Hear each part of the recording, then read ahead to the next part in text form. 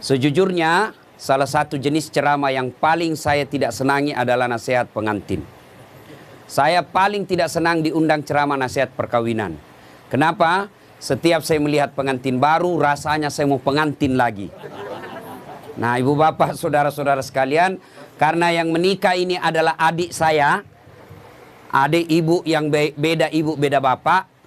Andai saja saya tidak bersaudara hanya karena tidak dilahirkan oleh perut yang sama, tapi dalam prinsip-prinsip kehidupan persaudaraan rasanya saya adik saya. Makanya saya datang di tempat ini. Pun bapak ibu kalau melihat ceramah-ceramah saya di YouTube, itulah karyanya si Ali. Di sini dipanggil rupanya VJ. Saya panggilnya Ali. Ya, ibu bapak, saudara-saudara sekalian. Kesempatan ini saya ingin sampaikan beberapa nasihat. Bukan nasihat ustadz, tapi nasihat agama. Yang pertama, kedua mempelai. Menikah, luruskan niat. Umumnya anak muda menikah dia bayangkan tempat tidur. Kalau tempat tidur kau bayangkan untuk menikah, maka siap-siap kau kecewa. Kenapa? Nikmatnya itu hanya sementara. Begitu sebentarnya yang namanya tempat tidur, maka disebut bulan madu. Tidak dikatakan tahun madu. Karena sebentar saja. Maka Nabi katakan nikahilah seseorang karena 4 hal. Yang pertama, nikahi kalau dia laki-laki, Ali nikahi dia karena kecantikannya. Ini penting cantik. Kenapa? Hampir 24 jam di depan kita. Baru bangun dia. Mau tidur dia lagi di depan kita. Mau makan ada lagi nih di depan kita. Pulang kantor dia lagi. Jadi kalau jelek, cepat kita bosan. Maka penting itu cantik. Ternyata cantik tidak boleh menjadi ukuran utama. Kenapa? Cantik ada batasnya, bahkan zaman digitalisasi sekarang ini bisa jadi cantik di YouTube, cantik di Instagram, cantik di Facebook, ternyata aslinya hancur. Kenapa? Ada kamera 360. Putih mukanya, hitam lehernya. Cantik memang dia kalau di Facebook, tapi ketika diketemu aslinya jelek. Maka kecantikan ada batasnya. Okelah original kecantikannya. Sweet 17 kau cantik, 20 tahun kau cantik, 17 tahun kau cantik, tapi balik itu angka 17. 71 masih cantik, enggak lagi. Biar kau pakai dandanan apa kalau sudah keriput hancur itu cantiknya. Ya, yang kedua kata Nabi, nikahilah dia karena keturunannya. Wajib kita lihat keturunannya. Tapi ternyata tidak boleh jadi prioritas. Kenapa? Ada orang bapaknya Nabi, anaknya pengkhianat. Anaknya Nabi Nuh. Ada orang bapaknya pengkhianat, anaknya jadi Nabi. Ibrahim alaihissalam. Boleh melihat keturunannya, tapi tidak boleh menjadi prioritas. Kenapa? Karena ada orang bapaknya ulama, anaknya jadi penipu. Yang ketiga kata Nabi, nikahilah seseorang karena kekayaannya. Penting ini kekayaan. Itulah orang Bugis katakan, komelo komak bene, mita ko yerong kayu mau decengi. Kalau kau mau menikah, lihat kamu apa yang kamu bisa hidup di situ. Tapi ternyata tidak boleh jadi prioritas. Kenapa? Harga diri seorang laki-laki, jangan kau gantungkan hidupmu sama mertuamu. Insyaallah kalau orang Bugis tidak. Bapak saya sempat sampaikan kepada orang tua mempelai, insya Allah bapak tidak dikecewakan oleh saudara Ali. Setahu saya yang selihat secara kasat mata, langka juga laki-laki seperti Ali. Punya prinsip hidup, jujur, dan jangan coba-coba kalau mau dibilang bohong, insya Allah tidak akan bapak temui di situ. Prinsip hidup yang paling penting bagi laki-laki adalah tegas. Ketika dia punya ketegasan, punya prinsip hidup, insya Allah anaknya bapak akan dilindungi. Yang keempat, kata Nabi, nikahi karena agamanya. Bertanya mahasiswa saya di Unhas, Ustadz kenapa agama nomor 4? Mestinya kan nomor 1. Jangan salah paham. Agama betul nomor 4, tapi dia tidak titik di situ. Koma. Utamakan agamanya, karena dengan agama kau dapat semuanya. Mendapat perempuan yang cantik, keturunan baik-baik, anak orang kaya, penghafal Quran, rasanya kalau ada 100 cewek belum tentu ada 1. Ada yang cantik mukanya, hancur akhlaknya. Ada yang akhlaknya baik, mukanya kesurupan. Jadi untuk cari sempurna ini sangat jarang. Kalau ada perempuan di Dumai ini, ya sudahlah cantik, anak orang kaya, keturunan baik-baik, hafal Quran, kalau ada tunjukkan saya juga masih mau. Iya kan? Sangat susah. Maka Nabi katakan utamakan agamanya. Dengan agama, insya Allah mukanya tidak cantik, tutur kata dan akhlaknya mempercantik itu. Dia tidak kaya tapi akhlaknya baik. Dengan akhlak baik memperkaya dirinya. Dia tidak terlalu keturunan baik-baik tapi dia sendiri yang baik agamanya. Maka dia akan memperbaiki keluarganya. Nah ibu bapak, kita kan mau semuanya. Saya pernah rasakan Pak. Saya dulu sebelum menikah 7 tahun saya sengsara cari istri. Saya cari yang tinggi karena saya pendek. Begitu saya dapat cewek cantik, putih, bersih, tinggi. Saya bilang sama teman saya, enaknya jadi istri ini memperbaiki keturunan. Dia dengar rupanya, dia balik sama saya. Iyo kau rusak keturunanku. Saya cari yang tinggi. Saya cari yang kerja, saya cari yang cantik, keturunan baik-baik. Tidak dapat-dapat. Akhirnya saya luruskan niat saya. Ya Allah, saya cari penghafal Quran. Alhamdulillah saya luruskan niat saya. Dapatlah yang baik, penghafal Quran, keturunan baik-baik, cantik juga. Bahkan saya waktu mau menikah, saya tidak pernah melihatnya, tidak pernah tahu, tidak pernah lihat fotonya. Hanya sekali saya ketemu ibunya, hari Ahad saya ketemu, Jumat saya pergi melamar. Begitu saya lamar, dia bilang ibunya, Alhamdulillah, memang saya ketika haji umroh, saya nasar siapapun yang lamar anakku kalau baik agamanya, saya terima. Dalam hatiku aman, masuk gigi 1. Aman. Alhamdulillah. Maka adik-adik ini yang masih jomblo-jomblo fisabilillah, kalau kau mau menikah jangan lihat cantiknya. Jangan lihat keturunannya baik-baik. Jangan lihat itu saja. Tapi utamakan agamanya, karena dengan agama kau akan dapat semua-semuanya. Nih ya. Yang kedua nasihat buat pengantin. Ya. Nasihat buat pengantin.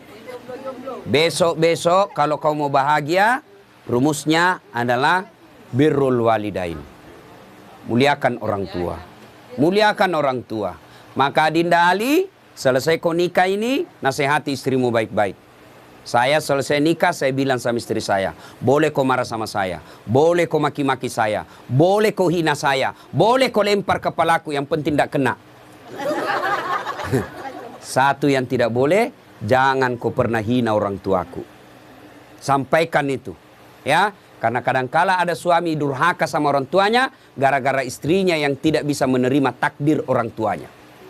Tuh, camkan baik-baik. Tidak ada kebahagiaan dalam rumah tanggamu kalau orang tuamu kau hina.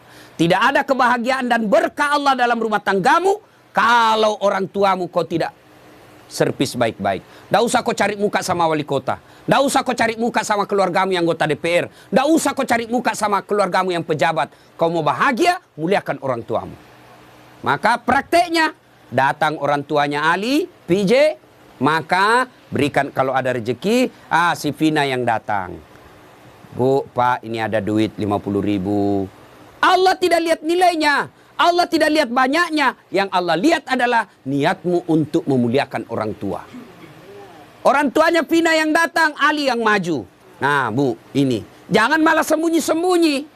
Datang orang tuanya Ali, Ali kasih mamanya. Mak ini, mak jangan kasih istriku. Sudah salah itu. Ya, maka muliakan orang tuamu. Insya Allah, ridallah fi ridal walidain, suktillah fi suktil walidain. Ridanya Allah tergantung ridanya kedua orang tua, murkanya Allah tergantung murkanya kedua orang tua. Ingat, ya. Buat Vina.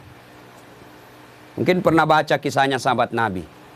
Pergi suaminya perang. Pergi suaminya perang.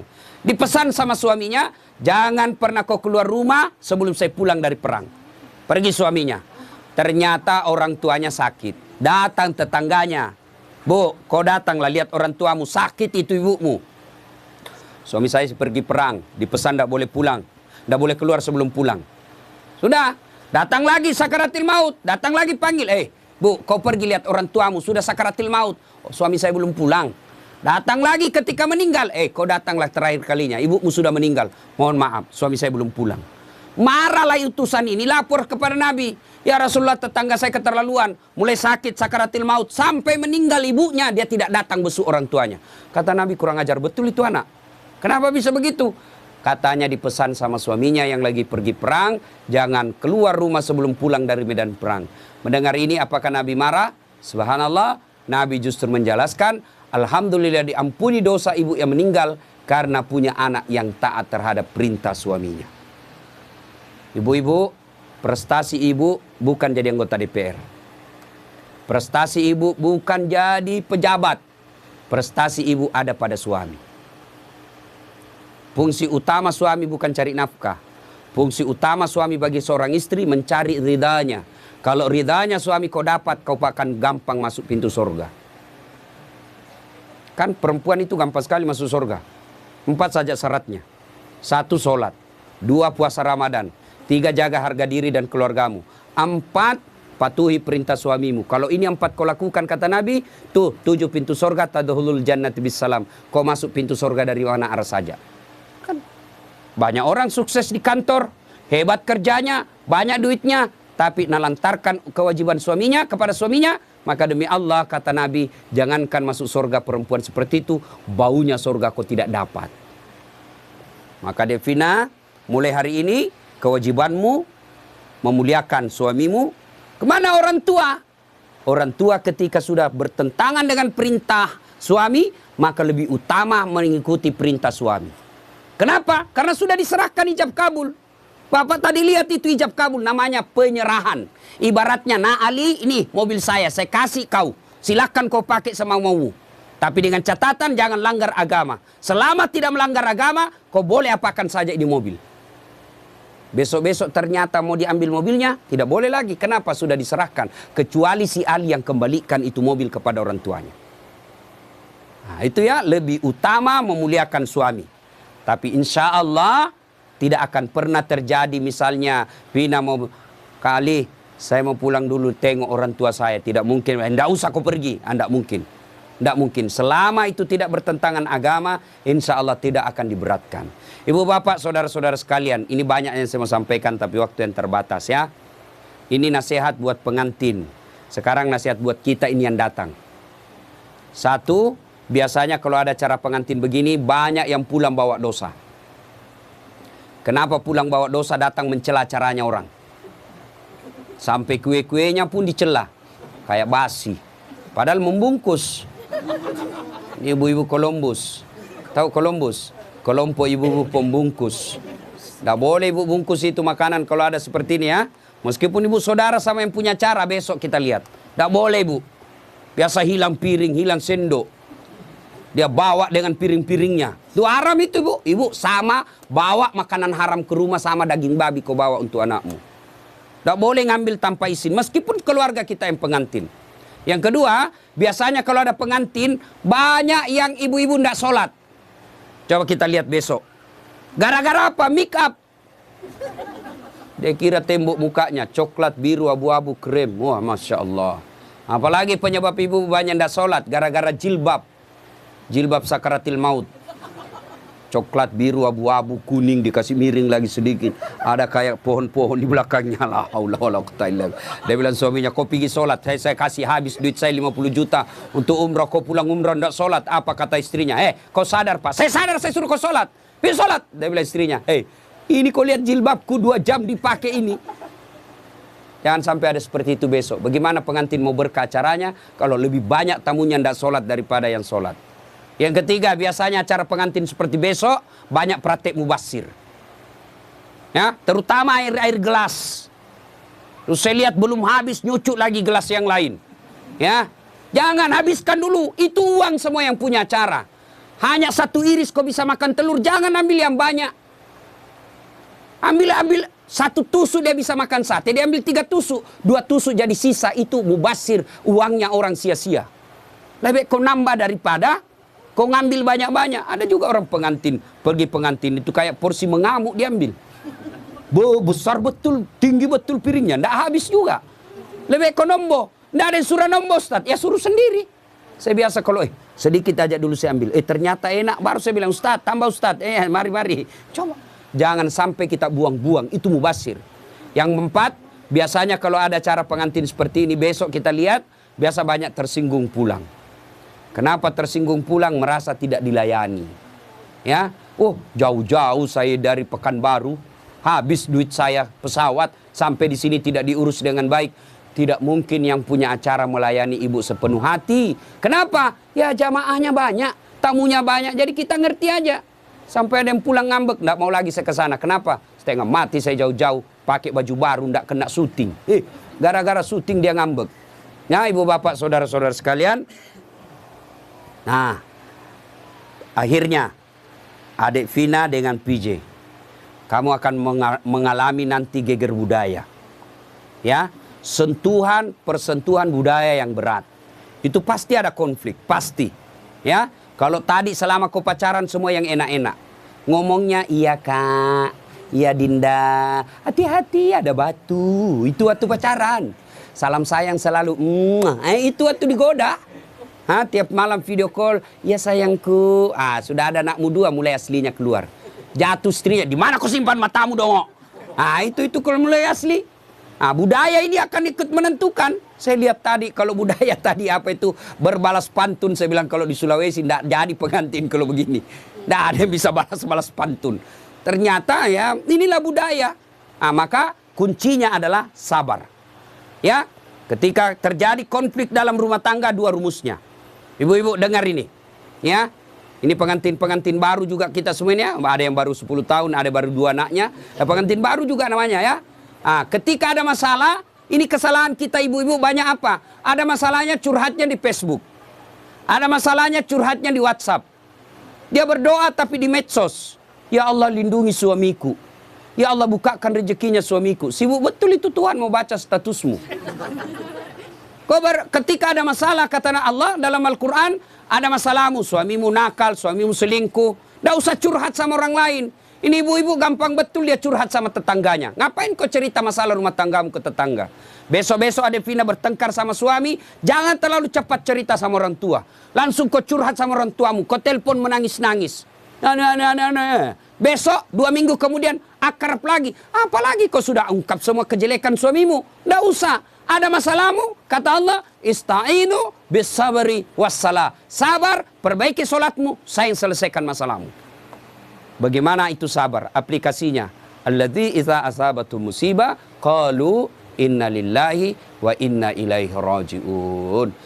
Saya tidak sangka istriku begini. Saya tidak sangka suamiku begini.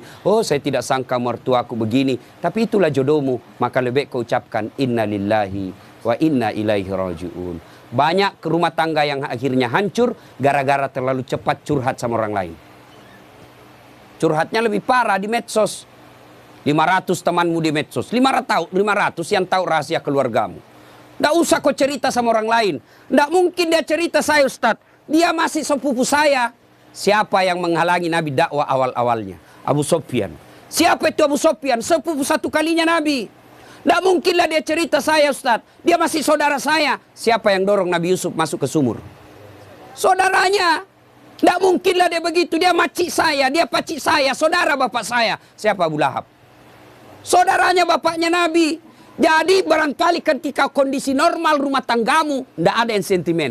Tapi ketika kondisinya lain dari yang biasa, dia lihat rumah tanggamu bahagia. Dia lihat rumah tanggamu kaya. Dia miskin saudaramu. Saudara sekandung. Belum tentu dia baik. Ada namanya dengki. Ini setan masuk. Dia hasutlah kau. Ketika situasinya lagi labil emosimu, kau tidak stabil marahmu, datang saudaramu belum tentu niatnya baik, dia mau sama nasibnya sama kamu, susah juga rumah tanggamu, maka dia hasut kau yang tidak benar. Maka ada masalahmu jangan curhat sama manusia, tidak usah, lebih kau curhat kepada Allah, bangun sholat tengah malam, ngadu kepada Allah. Termasuk ibu-ibu nih, yang sudah mulai tua, muka-muka sakaratil maut, suami mulai lain-lain, tidak usah kau curhat sama orang lain, curhat kepada Allah. Ya Allah, Engkau yang memelihara suami saya. Ya Allah, lindungi suami saya. Ya Allah, bahagiakan rumah tangga saya. Allah sudah janji, ud'uni astajib lakum. Minta kau sama saya, pasti saya kasih. Itu janji Allah. Ya, maka ibu-ibu, saya yakin di sini semua punya adakah rumah tangga yang tidak ada masalahnya? Kira-kira ada rumah tangga yang tidak ada masalahnya? Tidak mungkin. Jangankan manusia biasa, Nabi saja ada masalahnya. Dalam rumah tangga, dalam struktur keluarga, Nabi diusir. Diusir dari Mekah kan, hijrah ke Madinah. Siapa yang usir? Bukan orang lain. Siapa? Pamannya sendiri. Dalam ekonomi, apa Nabi kaya? Tidak, Khadijah tadinya kaya, miskin setelah bersuamikan Rasulullah. Sampai dijelaskan pernah 3 hari 3 malam tidak makan. Itu Nabi. Dalam kesetiaan rumah tangga, Nabi pernah diuji dengan kesabarannya. Dengan cara apa? Aisyah difitnah selingkuh. Itu Nabi, apalagi kita. Ada yang bilang sama Ustadz, hebat betul rumah tangganya. Kenapa? Bahagianya rumah tangganya. Kenapa kau tahu? Itu foto-fotonya di Facebook, romantisnya. Ya itu foto di Facebook berapa menit kita bisa bikin. Bodoh itu namanya kalau bertengkar dia share di Facebook. Beleng-beleng namanya itu. Tak mungkin lah, semua yang baik-baik. Maka begitu ada masalah, ista'inu bis-sabri was-shalah. Sabar saja. Yang kedua, perbaiki sholat. Nah, ini sholat yang jadi masalah. Ya, apalagi kalau pengantin baru. Subuh terutama. Allah kasih toleransi. Tapi sekarang sudah modern, Pak. Ada air hangat, ada air sudah tidak seperti pengantin baru dulu kan. Rumah tidak ada kamarnya. Tamu 1 minggu baru pulang. Bingung kita, Pak. Mau cari kamar tidak ada. Malu-malu lagi. Kamar mandinya dibawa pula. Mau mandi dilihat jauh orang basah kepala. Tidak enak. Sekarang aman. 1 kamar sudah ada kamar mandinya di dalam. Pun kalau kenapa malu? Kenapa mesti malu? Ini sudah halal. Ya. Nah, ibu bapak, saudara-saudara sekalian, banyak yang ingin saya sampaikan tapi waktu yang terbatas. Ada yang saya lupa satu lagi. Adinda Ali, besok-besok kalau marah jangan gampang bilang talak. Ini dengar semua laki-laki. Ya, marah jangan gampang bilang talak. Misal kau bertengkar langsung kau bilang saya talak kamu. Jatuh talak 1. Artinya masih boleh campur. Damai malamnya masih boleh campur. Tapi ketika kau bilang saya talak kamu, 5 menit kau banting pintu saya talak kamu, jatuh talak 2. Artinya kamu tidak boleh campur sebelum nikah ulang.